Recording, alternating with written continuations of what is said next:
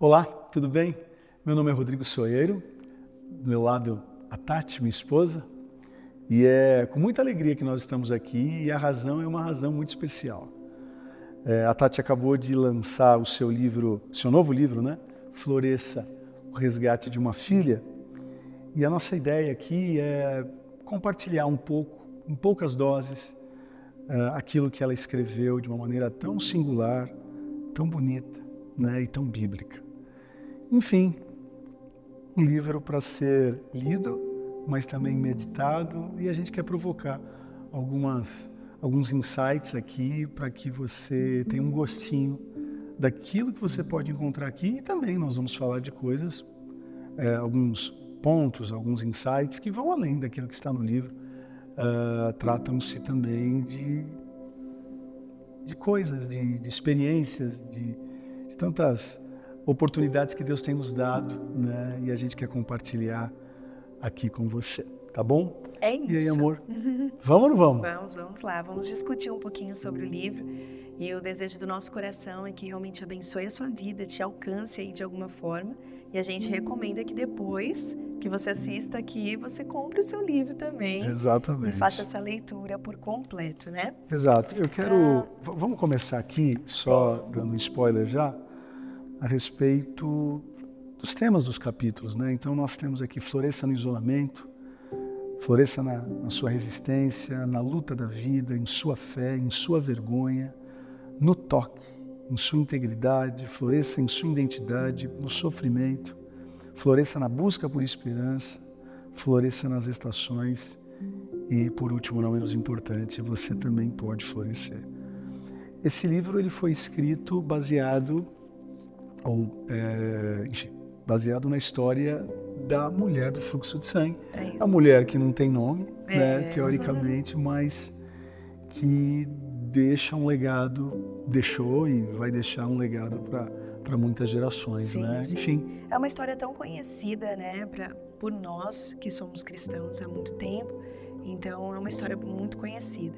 Mas quando Deus me fez estudar essa história e me fez lembrar de algumas coisas, né? E eu queria começar aqui para a gente discutir já esse assunto do livro, sobre a pandemia, né? Quando a gente lê e vê que por 12 anos essa mulher sofreu por uma hemorragia, por um fluxo de sangue, né? A gente pensa no isolamento que ela teve que passar, né? E aí Deus me fez lembrar sobre a pandemia que nós vivemos, né? Algo tão inesperado por toda a humanidade, mas que sim, nós vivemos esse tempo de isolamento que nem se compara ao que aquela mulher viveu. Exatamente. Mas foi um tempo onde a gente não pôde ter contato com a nossa família, que a gente não pôde abraçar, que a gente não teve contato com a comunidade, né, com a nossa igreja, ter aquele momento de adoração. E no contexto da história dessa mulher, o contexto judaico, ela sofreu, no mínimo, aí 3 tipos de isolamento, né? Então, ela passou por um isolamento conjugal, que é um isolamento partindo do princípio que ela era casada. Sim, né? Que a Bíblia não conta a história dela, né? Mas vamos aqui pensar em todos esses cenários, né? Então, se ela tinha um marido, ela não poderia, então, durante todo esse período, se relacionar, pois era assim que a cultura judaica, ela tratava. Então, a mulher, no seu período menstrual, ela não podia ter relacionamento com o seu esposo, né? Mas essa mulher ficou por 12 anos, não só um período no mês, né? Mas ela ficou por 12 anos direto, então sem poder... E não é só nem o relacionamento sexual, né? Sim. Partindo do princípio que ela era casada. Ela não podia tocar. Podia tocar, né? Não podia abraçar. Porque a lei judaica diz que qualquer coisa que ela tocasse, um utensílio doméstico, seria contaminado. Então, teria que já passar por um processo de purificação. Exato. Para ter noção, assim, o cadáver de uma mulher que morria no seu período menstrual tinha que passar por um processo de purificação com água para depois ser enterrado. Então era muito sério isso. E ela passou por esse processo conjugal, por um isolamento social. Ela não podia ter contato, ela não podia ir para a rua, ela não podia ir comprar uma fruta, né? Ela não tinha mais um trabalho, ela não podia fazer mais nada. e também religioso, porque ela não podia ir para a igreja. Então a pandemia também nos fez viver muito isso, né? Nós estávamos aí sem poder ir na igreja, a gente não podia abraçar quem a gente ama, mas pensa, né, nesse ambiente que essa mulher foi afetada, né? Imagina ela não poder. Eu fico tentando imaginar como que ela viveu, já que eram 12 anos constantes, talvez ela tivesse que morar sozinha, né? Porque aí tudo que ela tocava estava ali dentro dela mesmo, né? Então, mas como que foi esse sofrimento? Ou às vezes um conhecido que tinha que comprar para levar para ela. Algo parecido que nós também vivemos na pandemia com os idosos, né? Sim, quando deixava na porta, exatamente. né? E detalhe, né? Ainda na pandemia a gente tinha e tem a tecnologia. Exato. Podia conversar com as pessoas pelo celular ou por uma plataforma e tal. No caso dela, não, né? Então é isolamento mesmo. Porque às vezes a gente pensa na mulher do fluxo de sangue e a gente fala um pouco sobre a história dela, pensando um pouco no nosso cenário. A gente não tenta entrar no cenário dela, mas realmente pensando nisso, essa mulher, ela ficou muito tempo sozinha. Exatamente. Sem ter contato com nenhuma amiga, sem ter contato com ninguém, né? Sem acredito que o único contato dela é talvez o Senhor. Pedindo dia após dia uma cura, a saída daquela situação. Sim. Lembrando também que a cultura judaica era muito, né, na religiosidade. Você tem que ir para o templo, de que você tem que adorar ali. E como que foi então isso, né? Essa crise dentro dela, ela não podendo ir, mas Deus, estou falando com o Senhor aqui, o Senhor está recebendo. Então, havia uma crise, né, no coração dela em relação a isso também. Sim. Fora isso também, a resistência dessa mulher. Sim. Como foi resistir a essa enfermidade? Por 12 anos. Por 12 anos. Porque nós, na época dela, não tem a tecnologia que nós temos hoje. Sim. Né? E hoje, acompanhando muitas mulheres, a gente sabe, né, de todas as enfermidades que uma mulher ela pode enfrentar. Um câncer de mama, uma endometriose, né? E isso com tanta tecnologia já é diagnosticado, mas às vezes o tratamento ele é tão difícil, né, e tão demorado até encontrar essa cura. Aquela mulher, ela poderia ter até uma endometriose, mas que não era diagnosticada pela falta de recurso ali, né? E eu fico pensando, né, já é tão cruel para uma mulher hoje, com toda a tecnologia, lidar com a endometriose. Sejam remédios, a medicina avançada. Eu fico imaginando essa mulher, sem qualquer tipo de tecnologia. Tá bom, pode ter tido uma tecnologia da época, mas totalmente precária perto daquilo que a gente acredita. E ainda assim, a gente conhece, você ainda mais conhece pessoas que sofrem isso, o quanto sofrem. Exato.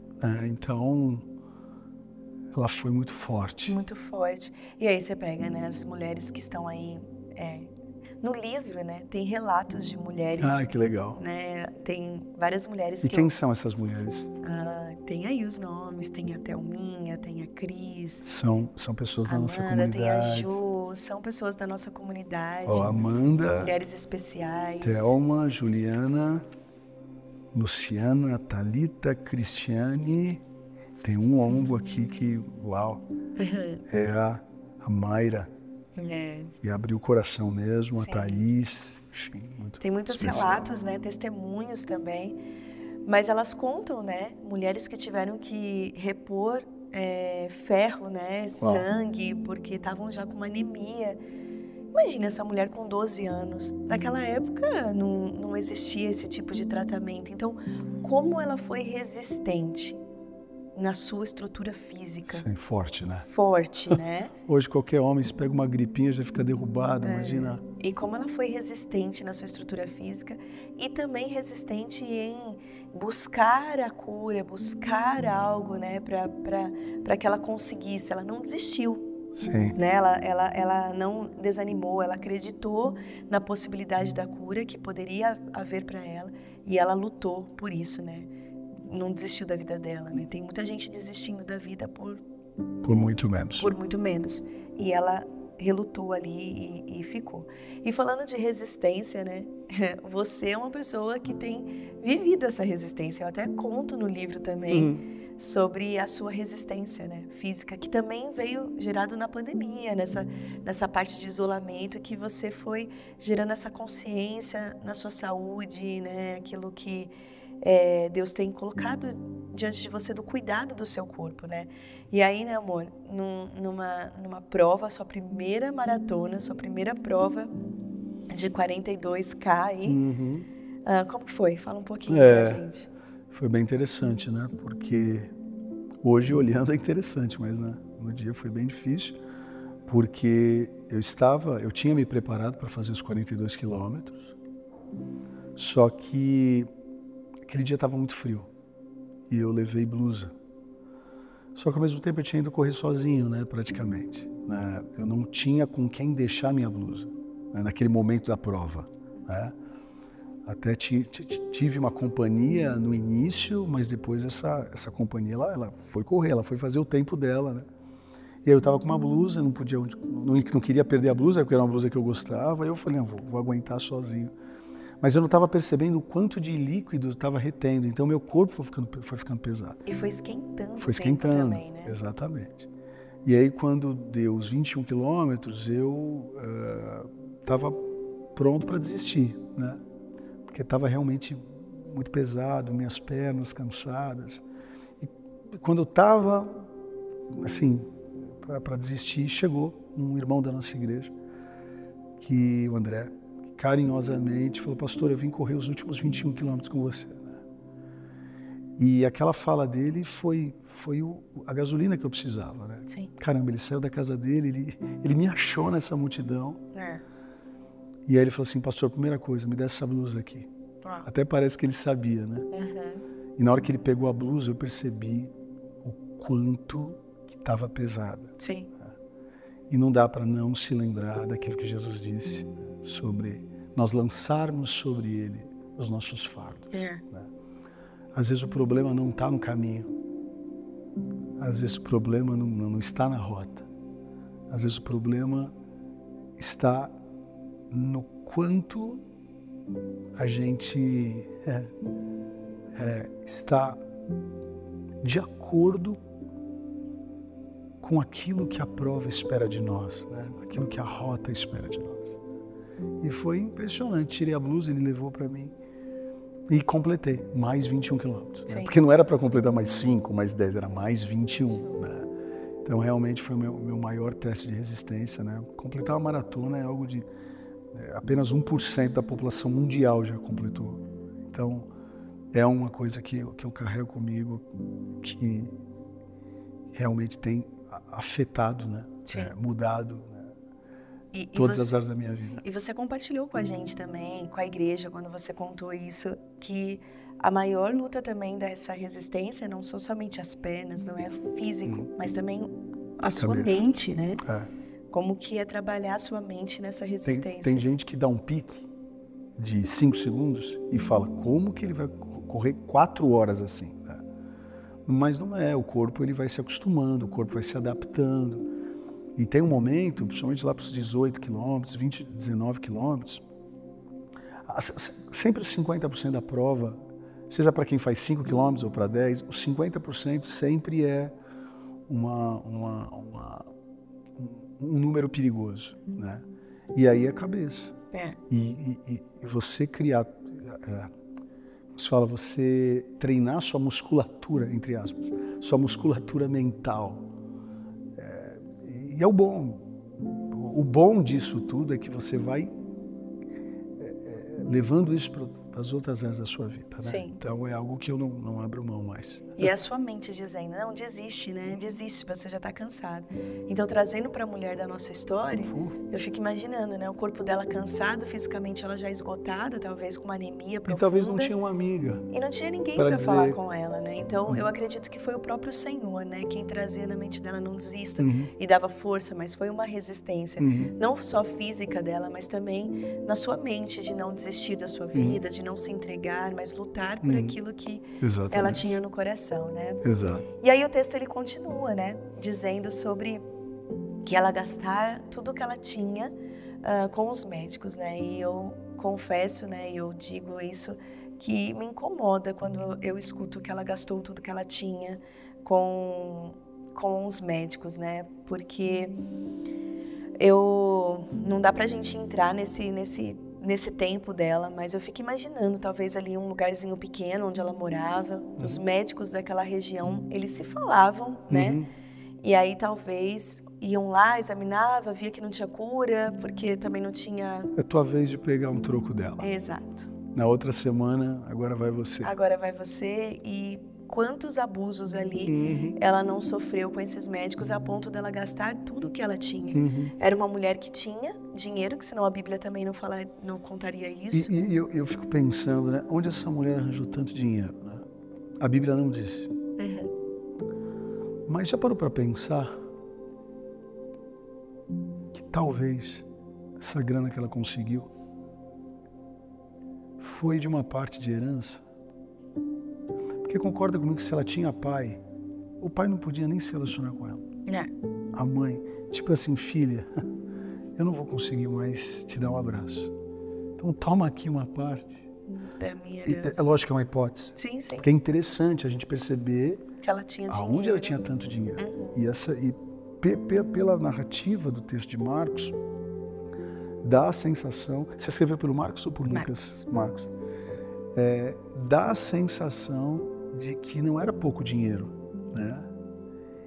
E aonde, né? Aonde ela pegou essa grana? Então, possivelmente, aquela grana, o pouco da família que ela tinha, sabe?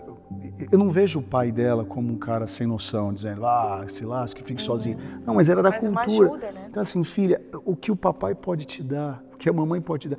E ela pega essa grana e tenta resolver os seus mais...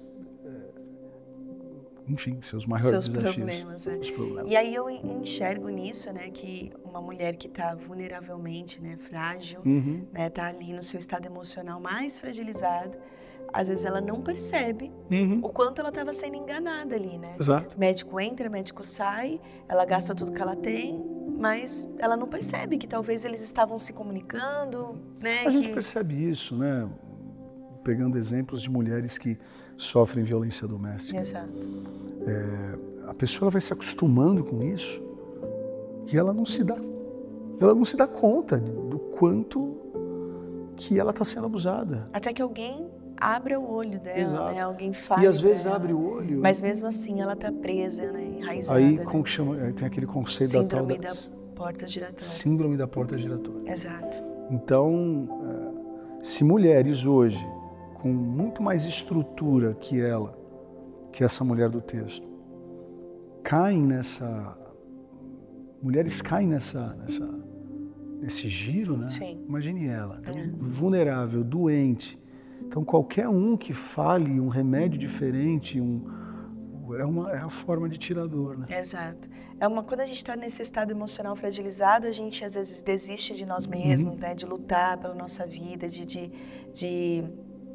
ser aquilo que a gente precisa ser, então a gente se anula, né? E a gente até criou um projeto no Movimento Flores, que é o Por Todas Nós, porque é para combater realmente esse abuso, não só, né, de mulheres, né, essa violência, mas também hoje, né, abrindo esse leque depois do Por Todas Nós, a gente viu que tem abuso de homens também, né, de mulheres, né, que abusam psicologicamente o homem, e também abuso religioso. São tantos tipos de abuso que a gente pode encontrar, mas o ser humano, quando ele está fragilizado, ele entra num tipo de abuso sem perceber, né? Então, que problema, né? Porque as pessoas, elas precisam estar bem para poder viver bem e não ser enganados, né?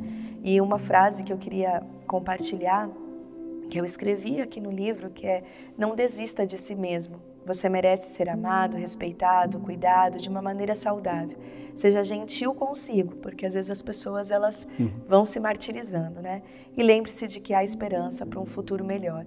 Então é a gente não se entregar nesse abuso, nessa relação, mas tentar abrir os olhos e tentar se entregar, porque não é esse tipo de vida que Jesus veio nos dar, né? Então, não é uma vida sofrendo abuso ou sobrevivendo, mas é pra gente viver uma vida plena, uma vida em abundância, né? Agora, como que você acha que foi gerada essa esperança no coração dela, se ela era isolada, né? Se ela vivia talvez ali na casa dela, não podia sair, não podia ter contato com ninguém, como que foi gerada a esperança de tem um homem aí chamado Jesus passando na cidade? Eu tenho a sensação de que por mais que não houvesse algum tipo de contato de suas amigas ou familiares, contato mesmo, me dá a sensação de que aquela pessoa que talvez levava comida para ela, que fazia compra para ela, me dá a sensação de que alguém contou, né? Me dá a sensação de que sempre alguém trazia as boas notícias, né? Talvez levava a marmita para ela, ou talvez levava a compra do mês. É óbvio que a gente está conjecturando aqui, né? E eu acho que é plausível isso que a gente está fazendo, né? Então acho que em algum momento, né? E o The Chosen, né? O The Chosen, essa série que está impactando tantas pessoas, o The Chosen trabalha muito bem, né? Essa ideia de que ela estava lá na sua casa ou perto da sua casa, já num processo de anemia profundo, que está desmaiada, e vem dois e fala, e tem um, né? Então, a gente não sabe muito bem se foram desconhecidos que um dia encontraram ela no chão, já sem qualquer tipo de esperança. Ou se ela simplesmente ouviu, né? Algum grito, alguma coisa. Alguém falando, né? Jesus, é um homem, ele está curando, né? Paralíticos, cegos e... Uma coisa é certa, né? Ela poderia estar sangrando de todas as formas, fisicamente, emocionalmente, mas os ouvidos dela ainda estavam atentos. Sensíveis, né? Eu acho muito bonito isso. Por exemplo, o cego de Jericó. Ele estava cego, mas ele não estava surdo, não estava mudo, não estava alienado. Tanto que ele ouve, opa, Jesus, filho de Davi. Ele conhecia a profecia messiânica, ele estava com os ouvidos bem aguçados. Então, às vezes eu percebo, a gente percebe, né? Você concorda comigo, porque é a nossa vida. Pessoas que reclamam tanto da vida e ficam focando naquilo que não tem e deixam de potencializar aquilo que Deus já deu. É a tal da Eva e o Adão. Né? Para mim, o grande pecado deles não foi a desobediência, foi a ingratidão. Eles tinham tantas árvores e ficaram focando na árvore que não podiam ter. Né? Tinham acesso a tantos frutos, mas se apegaram. E essa nossa geração, a geração do descontentamento, a geração da nunca estou satisfeito, é uma maluquice. É uma luta, isso. porque fecham os ouvidos, né, para a voz de esperança, né, de que Jesus pode mudar, Jesus pode fazer. Então essa mulher, ela está doente, ela está com... Ninguém duvida que ela está mal. Sim. Mas o que eu tenho ainda? Eu tenho meus ouvidos. Né? Eu tenho ainda essa ideia. Opa, eu estou ouvindo alguma coisa. Né? Opa, eu estou vendo, ele está passando. Ela tinha janela na casa dela, não é possível. Então, quem está passando? Né? Talvez ele passou próximo da casa dela de propósito. Né? Então, enfim.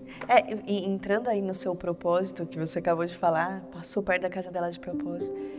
Jesus, né, a gente concorda nisso, que Jesus ele veio como homem a essa terra, mas ele não deixou de ser Deus. Exato. E se ele estava lá no caminho da filha de Jairo, era esse o objetivo de Jesus. Ele tinha acabado de atravessar o Mar da Galileia, colocou o pé na areia, aí o Jairo minha filha está quase morrendo. Ela não tinha morrido ainda. E aí o objetivo dele vamos lá, tô indo para sua casa. Será que ele não sabia que tinha essa mulher que sofria há 12 anos, na divindade dele? Jairo não, Jesus. E por que então ele não disse para Jairo, vai dar tempo, vou passar ali na casa de uma mulher que ela não pode sair, mas eu vou curá-la e depois eu vou seguir para sua filha. Por que será que ele não fez isso? Assim como ele passou no poço com a mulher samaritana, assim como ele passou com aquele rapaz que estava há 38 anos precisando de uma cura. Exato. Mas lá ele não passou na casa dela, não. Por que será? Você que vai me responder. Eu vejo isso como, em alguns momentos, a gente precisa sair da nossa zona de conforto. Deus, ele sabe qual é o nosso problema. Ele sabe de tudo, né? Ele sabia qual era o problema dessa mulher. Tem gente que está há muito tempo enfrentando uma luta. E às vezes acha assim, Deus não está me ouvindo, e vem com esse discurso, né? Deus não ouve minha oração, Deus não está atento a mim, porque Ele não muda a minha situação. Porque essa mulher, ela poderia muito bem estar falando isso. Há 12 anos Deus não muda a minha situação. Mas Ele sabe o que a gente passa, Ele nos conhece muito bem. Ele sabe qual é a nossa dor e onde a gente está sangrando. Ele não dá uma luta maior do que a gente possa suportar. Só que por muitas vezes Ele espera a nossa ação também, para mudar a situação, que a gente saia da nossa zona de conforto, né? Que a gente mude essa situação, porque essa mulher ir ao encontro de Jesus, ela teve que sair da zona de conforto dela. Ela teve que enfrentar uma multidão que a julgava. Ela teve que sair da zona de desconforto para ir para uma zona de desconforto maior ainda, porque já estava desconfortável para ela, né? Então, se ela já estava envergonhada, isolada, agora ela vai ser envergonhada, teoricamente, exposta, né? Então E no livro eu comparo essa parte da águia, da história da águia, né? A gente aprendeu. Eu li no livro da Joyce Meyer sobre essa história e também numa palestra do Summit, né, T.D. Jakes, trouxe muito bem essa história da águia, né, de como um filhote de águia aprende a voar. A mãe, ela monta um ninho na montanha mais alta, deixa os 3 meses o filhote dentro do ninho e de repente ela pega o seu filhote e empurra, literalmente empurra o seu filhote daquela montanha alta. E ela vai, ele todo desengonçado, tentando encontrar um voo, e ele não tem, porque ele não sabe. Ela vai voando e ela paira debaixo dele, até que ele aprenda, ela leva ele de volta, joga de novo, até que o filhote aprenda a voar e encontrar o seu ritmo de voo. E por muitas vezes é assim, sair da nossa zona de conforto. É isso que a águia faz com os seus filhotes, tira os seus filhotes da zona de conforto. E o T.D. Jakes fala lá no Summit que a águia aprende a voar voando. Voando, né? E a gente também, é assim a nossa vida, né? E eu digo sempre, né? Quando eu vou ministrar para as mulheres ou na nossa igreja, que você é a minha águia, né? Porque você sempre está me empurrando da montanha mais alta para eu sair da minha zona de conforto, não é isso? Isso aí. E aí eu vou encontrando o meu ritmo de voo. Mas é isso, e essa mulher saiu da zona de conforto dela, e aí ela encontrou aquela multidão, né? Que a Bíblia vem dizer, né? Que era uma multidão que o comprimia, que o apertava. E ela deu de cara com essa multidão. Como que foi essa vergonha da mulher, né? Como será que ela estava ali, né? Envergonhada? Será que ela estava tentando cobrir o rosto para não ser reconhecida, né? A vergonha que ela tinha das pessoas olharem e falarem assim, mas não é você que estava sangrando há 12 anos? Que Talvez sangrando até no próprio... Talvez, né, havia um caminho de sangue com ela junto, né? Não sei se ela se preparou para aquele momento. Então, como que foi passar essa vergonha, né? E eu conto uma parte no livro de uma vergonha que eu passei, mas que nem se compara, lógico que não. Foi só uma brincadeira que eu fiz no livro. Mas quantos momentos de vergonha a gente não passa também? Quantas pessoas estão se escondendo? Escondendo até mesmo de Deus, acham que consegue se esconder de Deus por causa de vergonha, né? Vergonha de algo que tenha feito e se sente tão incapaz, se sente tão imperfeito e não tocam em Jesus, não chegam até Jesus por causa dessa vergonha. Mas a vergonha não impediu essa mulher, né? Ela enfrentou toda essa multidão e aí ela foi e tocou na orla. É engraçado que esse texto, eu não sei se você trabalhou isso no livro, mas eu me lembro que quando preguei esse texto na ADAI, Marcos ele tem um cuidado de falar que a multidão comprimia, que de certo modo é um toque, e a mulher o tocou. Né? São 2 verbos diferentes no grego.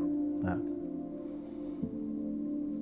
E por que Marcos deixa esses 2 verbos diferentes? Exatamente porque ali não estava a ver muito com a ação de tocar em Jesus. Encostar em Jesus, né?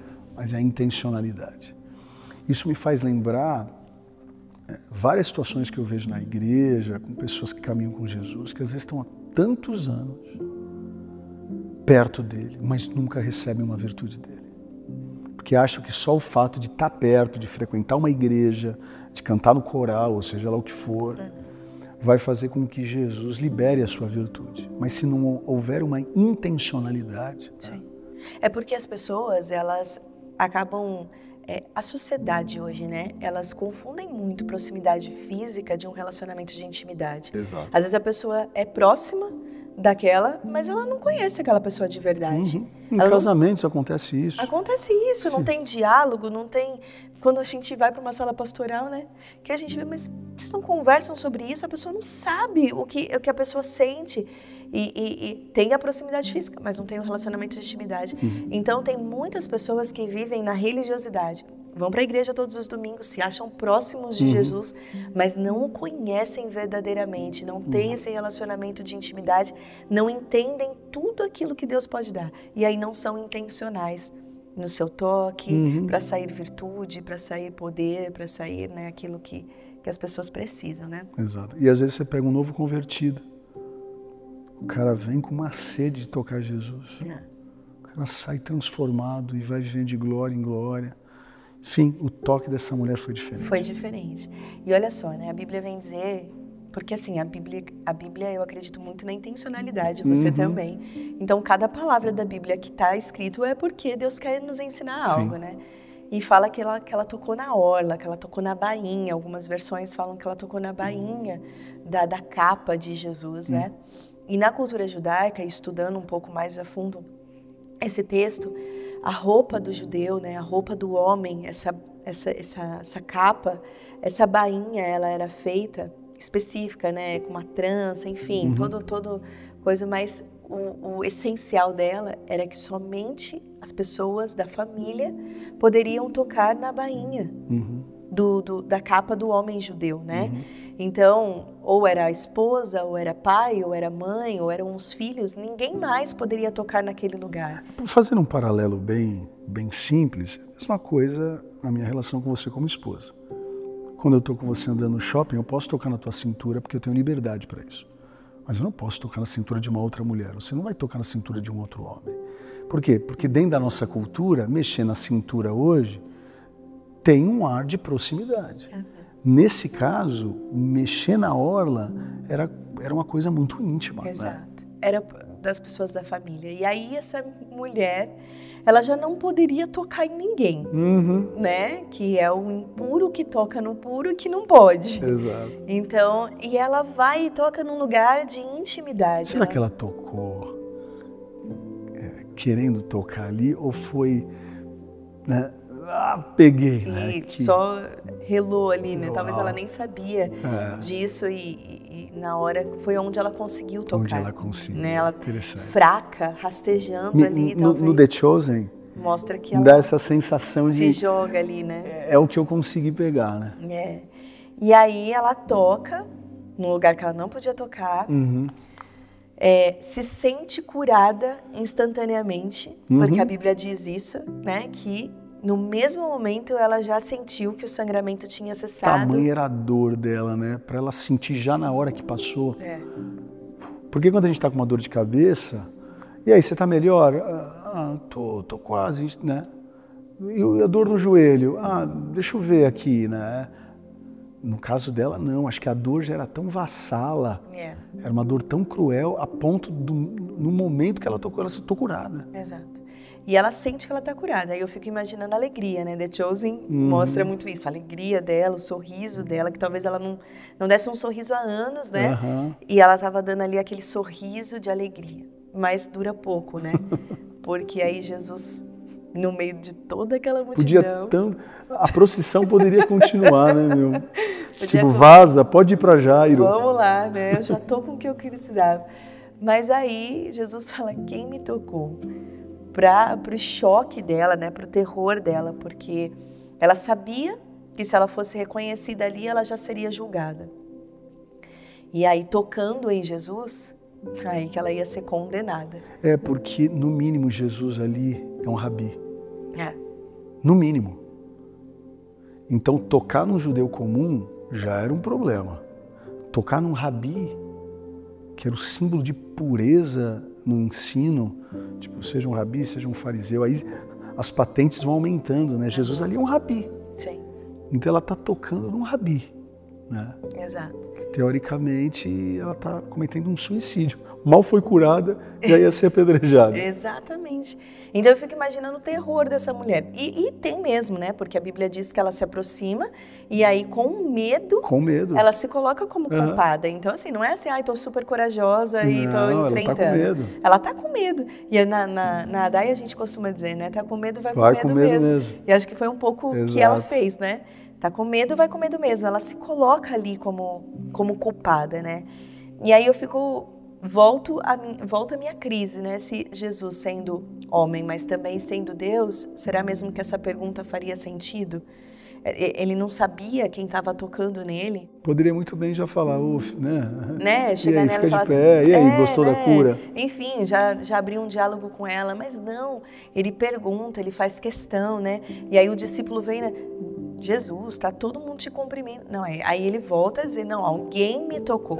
Ou seja, se ela estava numa zona de desconforto em casa, aí ela vai para a segunda zona de desconforto, que é tocar, mexer com a multidão.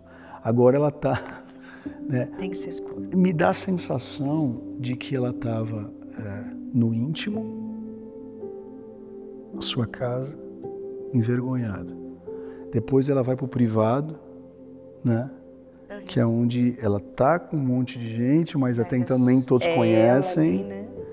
E agora parece que Jesus fez ela ir nas últimas consequências da sua exposição. E aí ela se expõe, né, como culpada. Jesus, ele pergunta, faz essa pergunta, e para mim, ele faz essa pergunta porque tem algo profundo que ele quer nos ensinar. Porque essa mulher, ela poderia ter ido embora, né? Se ele está perguntando, é porque ele não sabe. Exato. Se ele não sabe, ele não descobriu quem eu sou. Eu já estou com a minha cura. A multidão não me reconheceu, eu consegui disfarçar bem. Estou com a minha cura, eu vou embora. Vou abraçar quem há 12 anos eu não abraço, vou fazer as coisas que eu não fazia, porque eu já estou com a minha cura. Exato. Mas não, essa mulher, ela é íntegra. Né? Ela se mostra íntegra. Eu recebi a minha cura, mas ele está perguntando. Eu vou revelar quem foi que tocou. E o que esse texto me ensina é exatamente isso. Sim. Que se essa mulher tivesse ido embora, Jesus nunca iria apontar o dedo e falar, ei, você que está indo embora, volta aqui porque é você. Ele não ia expor essa mulher, porque Jesus ele não faz isso, né? Mas Jesus ele queria essa exposição dessa mulher. Ele queria essa integridade, a verdade dela, em dizer, olha, fui eu. E por muitas vezes, comparando com a gente, às vezes a gente não se coloca diante de Deus por inteiro. Deus, ele está esperando uma revelação nossa. Olha, Deus, falhei nisso. Deus, eu menti nisso, ou eu fiz isso, eu cometi esse tipo de pecado, ou, ó Deus, eu estou escondendo esse sentimento. Sabe, aquilo que Davi fala, sonda o meu coração, revira o meu coração, e às vezes a gente não quer que Deus revire, a gente não quer se revelar. Que me lembra um pouco aquele casal no Novo Testamento, quando todos levavam as suas ofertas aos pés dos apóstolos, e eles levaram, mas não levaram tudo. E a Bíblia vem dizer que eles foram fulminados ali. E olha que já era Novo Testamento, hein? Sim. Tamanha mentira, né? Por quê? Porque o Evangelho provoca e pede que nós nos entreguemos por inteiro. Né? É a tal da integralidade mesmo, né? Não dá para a gente ter um relacionamento íntimo com Jesus se nós não entregarmos tudo. Exato. Né? Jesus, esses dias eu vi uma frase, vamos ver se eu vou conseguir reproduzir aqui, que Jesus, quando você não o escolhe ou não se permite ser escolhido por ele, ele não vai te pedir nada. Mas se você diz sim para ele, ele vai te pedir tudo. Ele vai te pedir tudo. Então, andar com Jesus, a partir do momento que você diz sim, ele não quer metade. Não quer metade. Não quer. E foi isso que essa mulher fez, né? Me lembra a história também dos 10 leprosos. Sim. Né? Os 10 foram curados, mas somente um voltou. Opa, somente um? Somente dentro do cenário messiânico, somente um teria condições de curar um leproso. Quem? O Messias. Logo, se eu estou curado, é porque quem me curou foi o Messias. Então eu volto porque eu quero mais do que a cura. Aham. Os 9 estão indo para o sacerdote. Por quê? Ele não, ele volta. E ele recebe mais do que uma cura, ele recebe salvação. Exato. E é o que acontece com a mulher. Porque quando ela se revela, ela não ganha somente a cura, mas ela ganha algo mais, né? E esse ano eu fui na conferência em Atlanta de mulheres da Igreja Conferência Passion. Passion. E durante uma ministração tem uma frase que marcou muito para mim, que foi, eu quero ler essa frase que diz: a verdadeira bondade está em caminhar ao lado de quem realiza o milagre. Então, a verdadeira bondade de Deus para conosco não é o milagre que Ele pode nos proporcionar, mas é em andar com Ele. Porque aí, depois que a gente anda com Ele, a gente já se sente completo em todas as áreas da nossa vida. O milagre, ele é só um presente a mais, né? Então, assim, isso para mim impactou muito, porque tem muita gente buscando a Deus por aquilo que Ele pode dar. E aí perdem essa bondade de andar com Ele, né? Eu tenho, inclusive eu escrevi no meu livro a história dele, que é um amigo nosso, irmão nosso, pastor Enoque. Ele é pastor da Igreja Metodista em Cunha, interior de São Paulo. E ele é cego de nascença. Ele é pastor de igreja local. Não é que ele é coadjuntor, não é que ele ajuda um outro pastor. Não, ele é o pastor titular da igreja. Que história.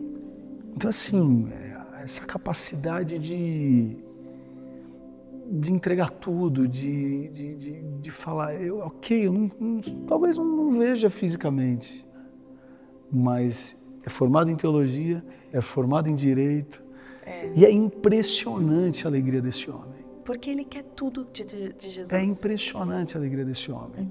Tanto é que no meu livro, no momento que eu falo a respeito de pessoas visionárias, né, pessoas que enxergam além e tal, eu coloquei a história dele. Uau. Ele é um visionário. Spoiler, né? Spoiler total. Total. Spoiler total. Mesmo ele não vendo fisicamente, ele é um dos caras que mais enxergam. Uau. Nossa, coisa linda. É isso.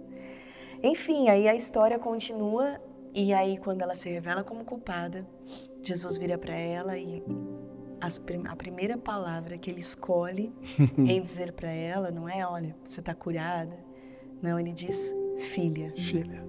Filha. Por isso que eu acho que vale a pena a gente voltar a pensar naquela paternidade que ela perdeu lá, talvez com a herança do pai. É tipo, filha, eu não vou poder mais te chamar de filha, então, teoricamente eu vou dar a sua herança, mas eu não vou poder mais ser seu pai. Então, talvez, conjecturando, talvez ela está carregando uma história sem qualquer tipo de pai, sem qualquer tipo de mãe.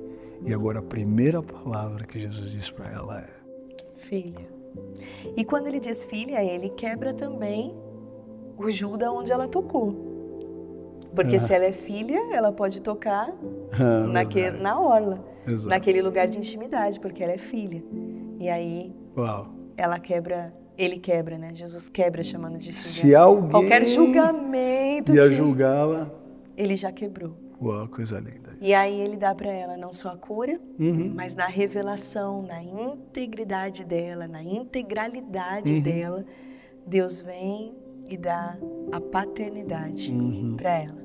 Uma mulher que nem nome tem, conhecida como mulher do fluxo de sangue, mas ela deixa de ser chamada como mulher do fluxo de sangue e agora ela é filha. Uau. E eu acho que faz todo sentido, né, do porquê você escolheu esse nome, né, para o livro. Floresça, o resgate de uma filha.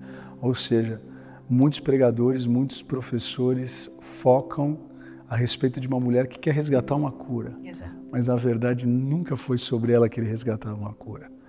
Mas era sobre um pai que estava precisando resgatar uma filha. É isso. Que estava perdida dentro da casa de Israel. É isso. Alguns teólogos defendem a tese que esses 12 anos de sangramento representam as 12 tribos de Israel. Uau. Que aquelas tribos estavam sangrando na tentativa de encontrar o Messias e não achar. Então não é à toa que ela com 12 anos, com muito sofrimento, agora acha o Messias, acha um pai. E ele dá salvação para ela. Tudo que até hoje, nós estamos em 2023, até hoje, as 12 tribos de Israel estão em busca desse Messias, estão sangrando até hoje. Nós estamos gravando essa mensagem, esse vídeo, e nesse momento está tendo uma guerra entre palestinos e israelenses, né? Porque ainda sangra. Não encontraram o Messias. E essa mulher, ela encontrou, né? E aí Jesus dá essa validação, né? Passando pelo nosso tempo de hoje, as pessoas buscam, né? Uma validação, as pessoas buscam uma aprovação, as pessoas buscam se encontrar, né? E a gente só pode ser encontrado em Jesus, a gente só pode ser encontrado dentro dessa paternidade, né? A nossa identidade está nele, nós somos imagem e semelhança dele. Então, enquanto as pessoas estiverem buscando esse reconhecimento, essa validação em outras coisas, em diversas coisas que não forem Jesus, elas não vão abraçar esse amor infinito. Né? Até na Conferência Flores desse ano, na minha ministração, eu trabalhei um pouco dessa ideia, né? Porque eu fico imaginando agora ela voltando para o açougue, né? Eu fico imaginando ela indo para o supermercado, né? E o cara falou, mano, não vou vender para você não, você é impura. Eu acho que, enfim, acho que ela olhava para ele e dizia, tá bom então, mas eu tenho um pai. Você pode não vender para mim, você pode achar que eu sou impura, mas eu sei quem eu sou. Se não quiser vender, tá tudo certo, eu te respeito, eu vou pedir para outro comprar, mas eu sei quem eu sou. Não balança mais a identidade. Balança. Quem tem um encontro com que ele... é a mulher do fluxo de sangue. Essa mulher samaritana. Mulher samaritana. É tanta mulher. Tanta mulher. Você precisa começar a escrever sobre homem. Vou escrever. Mas olha só, né? Para já chegar aqui no finalmente do livro e desse texto da mulher, Jesus ele fala para ela, né? Vá em paz e fique livre do seu sofrimento. Eu fico imaginando essa mulher, tipo assim, mas e agora?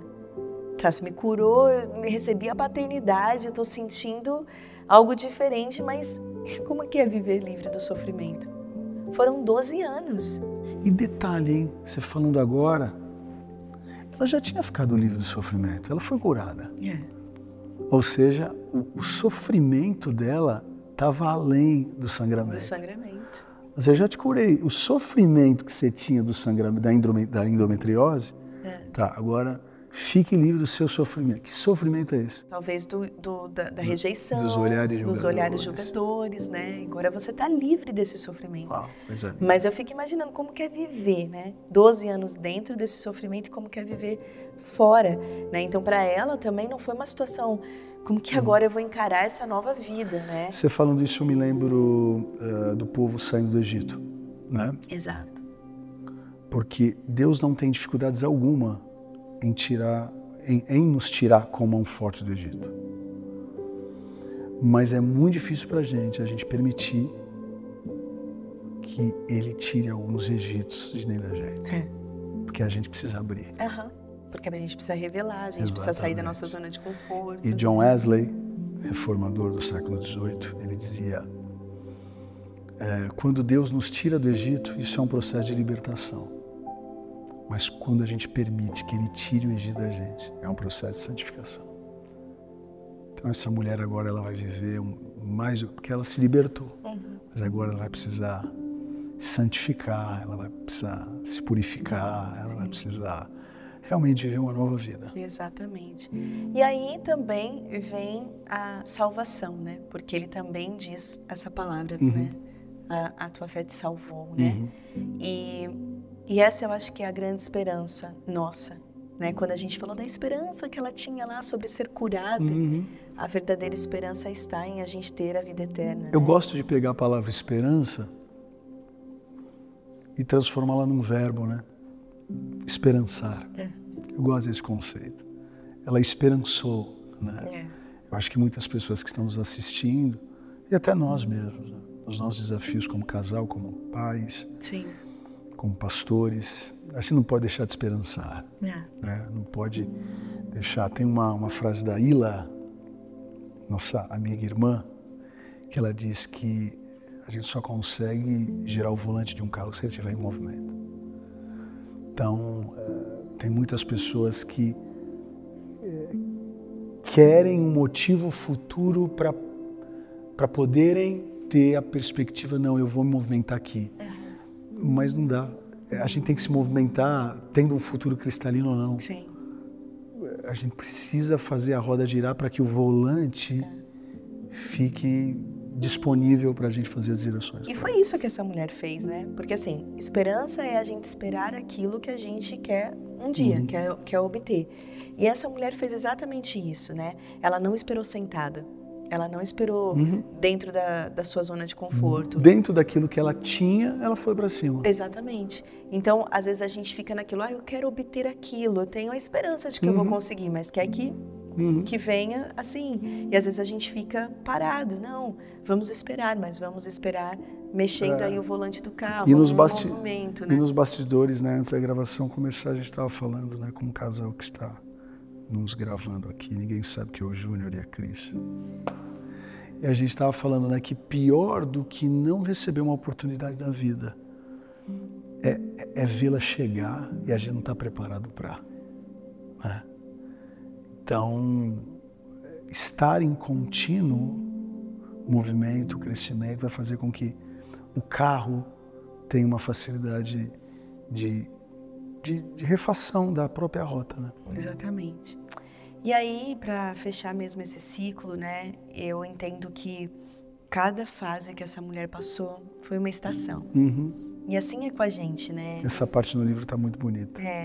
E foi baseada também num livro que eu fui muito abençoada do pastor Mário Simões, nosso amigo, né, amor? Muito querido. E quando eu li o livro dele falando sobre as 4 estações, eu encontrei a mulher do fluxo de sangue nesse livro dele e eu transformei num capítulo baseado muito naquilo que ele escreveu.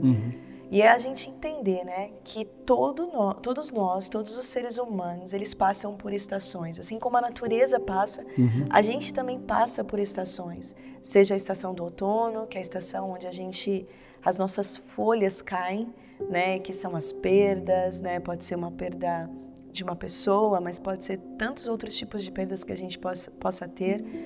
Mas o outono não é para sempre. E a gente tem que entender que o inverno vai vir. Talvez é o inverno que a gente fala que é uma estação mais reclusa, uma estação mais de reflexão, introspectiva, introspectiva, né? Que a gente vai aí refletir na nossa vida. Mas logo vai vir a primavera. O inverno também não é eterno. E a gente tem que estar pronto para a primavera também. Sim. Em todas as estações da nossa vida. Não há primavera sem inverno. Exato. A gente tem que entender que a gente precisa, para ter esse renovação, ciclo, né? Esse ciclo encerrado para vir um outro ciclo, a gente precisa passar pelas 4 estações. E em cada estação a gente precisa florescer. Em cada estação a gente precisa viver aquilo que a estação está pedindo pra gente, né? Então a gente não pode pular. Tem gente que quer pular a estação, tem gente que quer ocultar estações, mas não dá. A gente precisa viver, são ciclos na nossa vida. A primavera, que seja esse florescimento, que seja enxergar aquilo que Deus está preparando pra gente. E o verão, que é a concretização daquilo que Deus nos proporciona como propósito, como objetivo, né? Que eu vejo o verão dessa mulher. A Bíblia não fala do verão dela. A Bíblia fala do outono, do inverno e da primavera. Não fala... Mas não fala depois que ela saiu Exato. da presença de Jesus, né? Exato. Fico imaginando ela entrando em casa, né? Abrindo a janela. Como foi o verão dela, né? E eu falo exatamente isso no livro, né? Sobre ela abrir a janela, e até cito a música da Kelly Job, Deixa a Luz Entrar, né? E deixando, sabe? Viver esse verão. Ela podendo chamar suas amigas para comer um bolo de fubá. Exato. E esse é um convite nosso, né? Para que as pessoas, elas entendam cada estação e floresçam em cada estação. Eu vou ler então um trechinho aqui do livro, né, que diz assim sobre, né, essa questão das estações. À medida que atravessamos as quatro estações em nossa vida, outono, inverno, primavera e verão, somos envolvidas por um ciclo constante de transformação e renovação. No outono, aprendemos a deixar ir as folhas secas e os velhos padrões, preparando-nos para a quietude e a reflexão do inverno. É no inverno que enfrentamos os desafios mais frios e difíceis, mas também onde encontramos espaço para o crescimento interno e a busca pela sabedoria. A primavera, com sua beleza florescente, traz consigo a esperança e a renovação. É um período de despertar no qual nossos sonhos e aspirações começam a brotar em minha vida. Aproveitamos a energia renovada e a alegria do verão, no qual somos convidadas a abraçar a plenitude da vida, desfrutando das bênçãos e compartilhando o amor com com aqueles que estão ao nosso redor. Por isso, abrace todas as estações com gratidão, confiança e alegria, sabendo que cada uma delas nos leva adiante em nossa jornada de autodescoberta e crescimento espiritual. Encontre a beleza em cada estação e reconheça que, assim como a natureza se renova, também temos o potencial de renovação em nossas próprias vidas. Que as estações nos inspirem a viver plenamente, amar generosamente, crescer continuamente e sermos uma luz radiante em um mundo em constante mudança. Uau, boa essa escritora, hein? É isso, né? E acho que a gente deu uma boa resumida, mas isso não impede ninguém de ler o livro por completo, que tem muito mais coisa. Exatamente. Aí, né? E fala, pra gente terminar, fala um pouquinho do último capítulo. O que você provoca, né, aqui? O último capítulo é Você Pode Florescer. Eu até esqueci. Você Pode Florescer, exatamente. Acho que é esse o título, Você Pode Florescer. E o que a gente provoca aqui nesse último capítulo é que você nos conte, né? Como tem sido o seu florescimento, como tem sido cada estação aí da sua vida, e saber que você pode viver isso também, assim como a mulher do fluxo de sangue viveu, assim como tantas outras mulheres e homens, né, viveram. Então você também pode viver isso. E aí eu até deixo um e-mail para que você escreva qual é o seu florescimento aí e conte isso, compartilhe com a gente, porque nós também estamos aí com um projeto de compartilhar todos esses testemunhos logo em breve com todas as pessoas. Então você também pode ser uma testemunha viva do florescimento de Deus na sua vida. Amém. Se você, nesse momento, ouvindo o que você ouviu e talvez nunca teve o privilégio de aceitar Jesus como teu único e suficiente Salvador, ou por algum motivo você se afastou, se isolou, mas eu quero, juntamente com a Tati e com você que está me assistindo, que você repita essa oração, né? Para que você tenha um encontro hoje, um encontro verdadeiro com aquele que chamou essa mulher de filha e me chama de filho, chama a Tati de filha e quer também te chamar de filha ou de filho. Repita essa oração. Diga assim: Senhor Jesus, eu te recebo como único e suficiente, Salvador da minha vida. Perdoe os meus pecados e escreva o meu nome no livro da vida. Com a minha boca eu confesso e com o meu coração eu acredito que Jesus Cristo é o meu Senhor, é o meu Salvador. Amém. Que Deus abençoe. Olha aqui o livro, Floresça, o resgate de uma filha. Parceria com a editora Ágape. Parceria com a editora Ágape. E onde a gente pode encontrar esse livro, tá? No site da editora Ágape, no site da daistore.com.br. Então, o site, a gente vai colocar aqui, o site da Ágape e também o site da Store. E fala também das suas redes sociais. Isso, Tati Soeiro, @Tati Soeiro no Instagram, também Facebook, enfim, a gente vai colocar tudo aqui no... É isso aí, Movimento Flores também. Movimento Flores, o projeto Por Todas Nós, que é contra a violência doméstica. Você pode nos acompanhar aí, que a gente sempre está postando algo muito legal. É isso. Que Deus abençoe. Muito obrigado. Rodrigo Soeiro também, né? Tem as... Isso aí não conta muito, tem não. Sim. Que Deus abençoe. Que Deus abençoe. Amém. Valeu.